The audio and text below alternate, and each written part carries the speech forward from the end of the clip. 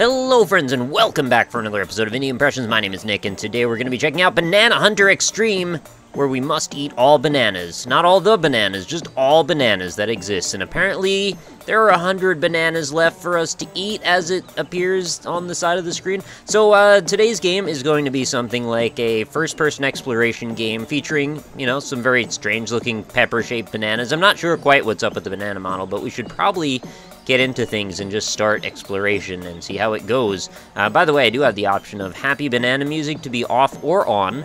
I counted a total of 6 beats to the happy banana music, so I'm gonna leave it on just because that's enough beats for me. I mean, I know it loops a lot, but who cares, right?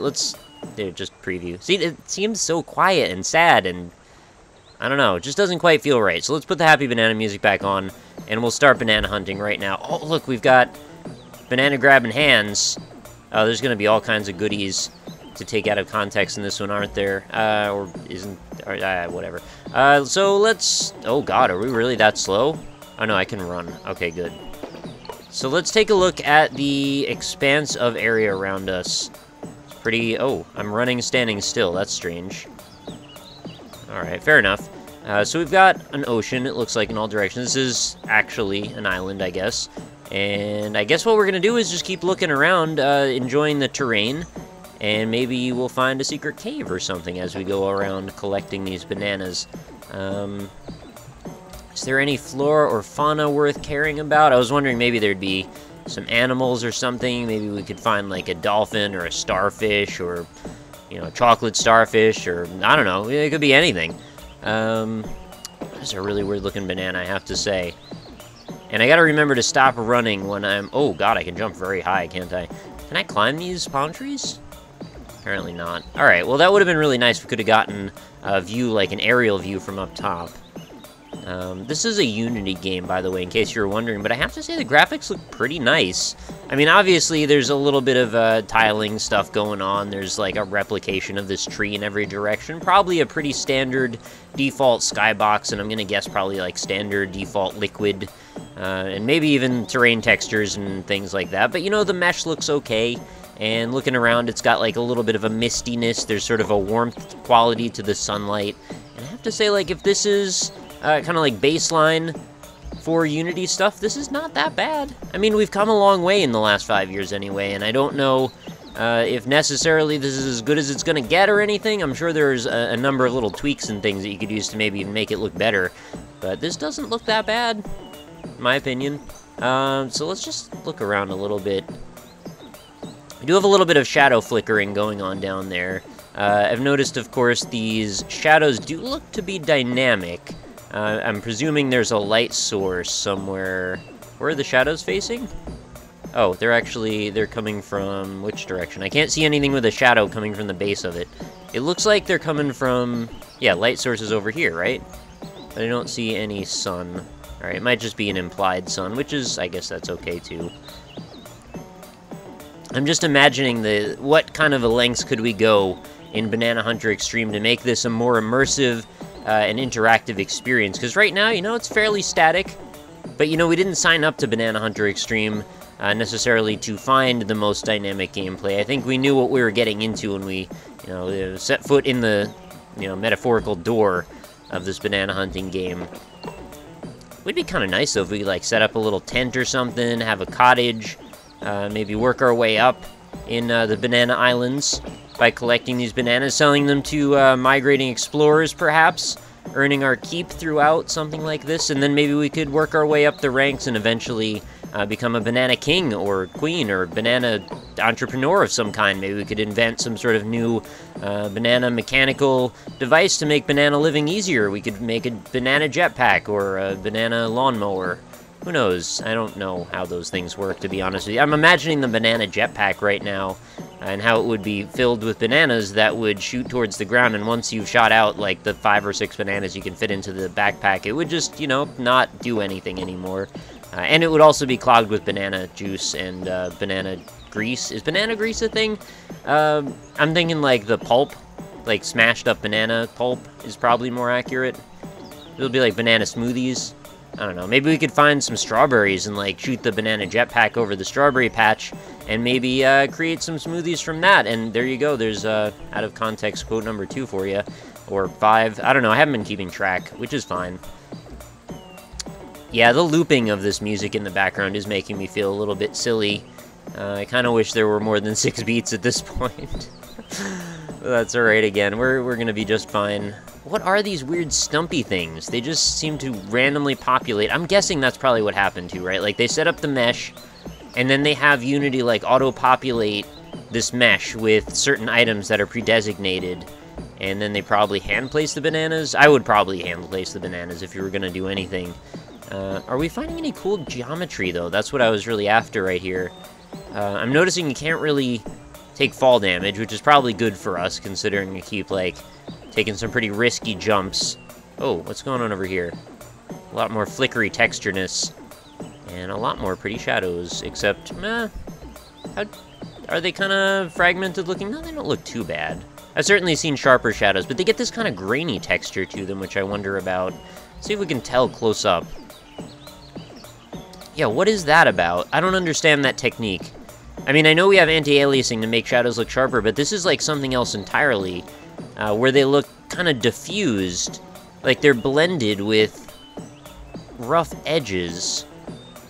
And I guess maybe that's to make them look softer or something, but then when you get a bunch of these palm fronds projecting their shadow on this wall, what you end up with is this kind of like grainy-looking sandy mess on the wall, and I wonder how that process works. Wow, that banana actually scared me a little bit. I thought it was like a death worm coming out to eat me. And I was going to have to look for solace in Kevin Bacon's arms or something. I don't know. He protects people from worms, I've heard. That water looks very strange. Do you think this water was hand-placed? Kind of wonder, can I walk in it?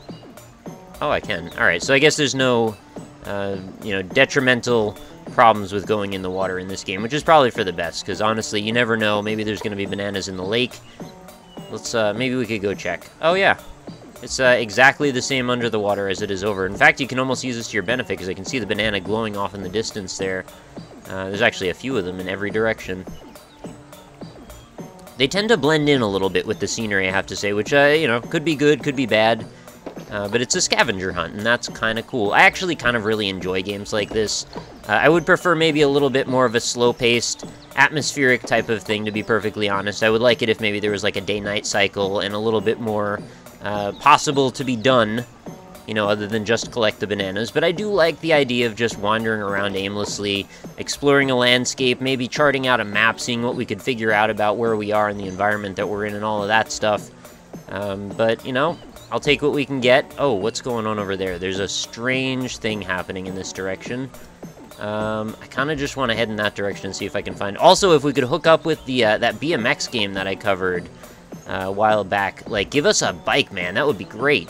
I would love to ride around on a bike in this world. Seems like it would be freaking perfectly suited for that. I really want to see what's up with that gray box, though, off in the distance. I wonder if this is just view fog? It might be view fog, and it might be strangely implemented.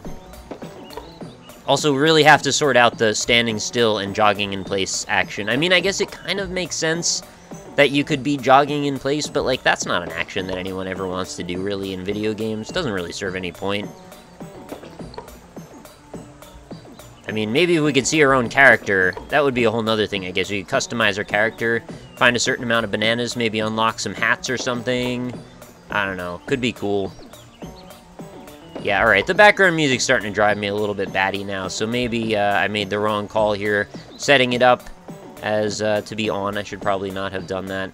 Is the character wearing nail polish, or is that just like we've smashed all of our fingernails on rocks in pursuit of sweet bananas?